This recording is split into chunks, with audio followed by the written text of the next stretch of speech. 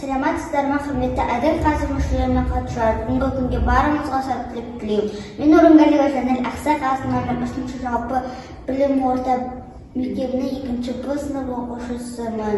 Мен жобам тақырыбы кетіретін қауымның пайдасы мен зиянын анықтау. Оның мақсаты қауымзаттың тарихымен танысып отырып, кетіретін қауымның қыр-сырын анықтау. Міндетім қауымзаттың тарихын ашу, кетіретін қауым пайдасын анықтап, кетіретін қауымның зиянын анықтау. Өзік тілегім қауымзаттардың түрлерін ажыратып отырып, тиімдісін анықтау. Қауым дегеніміз жазуға немесе суреттеуге арналған құрал. Оның көмегімен сияқ бет қағаздың бетіне із қалдыра алады. Қаламның бірнеше түрлері бар. Қышынды қалам, капиллярды қалам, гельді қалам, фломастерлер, кейде өшіретін сәймен жасайтын қалам. Бұрынғы заманда адамдар қышынды қаламмен жазған. Ол қышынды өте қымбат болған.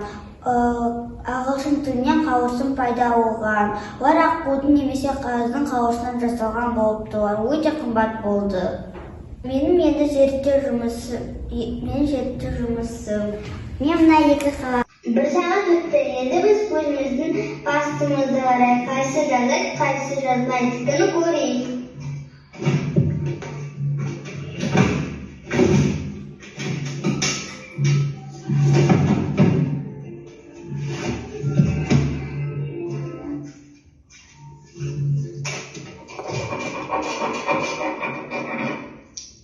Кетіретін паста ол деген аттан жазып тұр. Ал кетірмейтін паста ол жазып тұр. Біз тыңаштыққа салып көргенде бір сағат күттік. Енді көрейік қайсы жазады, қайсы жазбайды екенін. Кетірмейтін қаланың пастасы жазып тұр. Ал кетіретін пастасы жазбай тұр. Екі қаланың пастасы да екеуі де сойып екен. Кетірмейтін де, кетіретін де. Біз екі пастының ортасынан кесіп көреміз.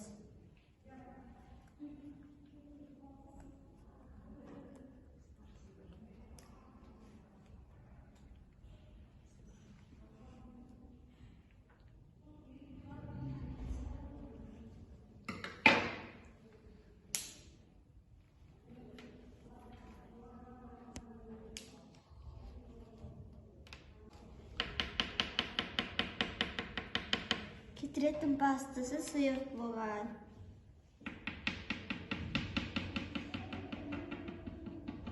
Ал кетірмейтін пастасы сұйық. Екеуі де сұйық болған. Міне қараңыз, кетіретін қаламның пастасы сұйық болыпты. Өйткені ол тез бітеді. Ал кетірмейтін паста ол деген қоймалжы. Өйткені ол деген көп жазады. Тәжірибенің уақыты уже кетті. Біз кетірмейтін қаланың пастасын, кетіретін қаланың пастасын көрейік. Қайсы жазады, қайсы жазбайды. Кетіретін паста ол жазбайды.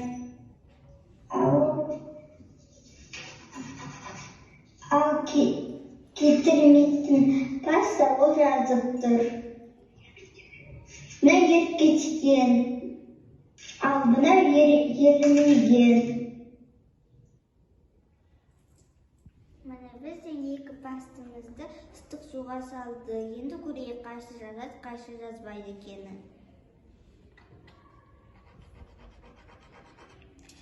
Кетірмейтін ручканың пастасы жазып тұр. Ал кетіретін пастасы.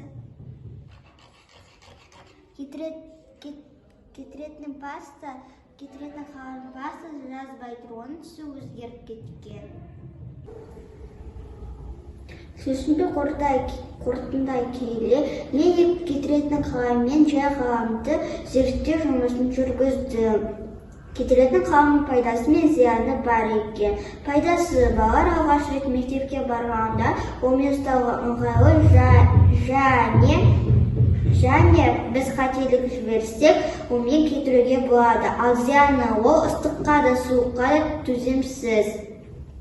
Оның пастасы тез ағады. Мен 2 қаламмен бір апта кезек жазып көрдім. Сол кезде кетіретін қаламның пастасы 5-6 күнге жетті. Ал кетірмейтін паста оның 100%-нан 15% кетті десек те болады. Сіздерге ұсынысым, кетіретін қаламмен қолдануға болады, ал жай қаламды күнделікте қолданыңыз. Назар қойып тыңдағаныңызға рахмет.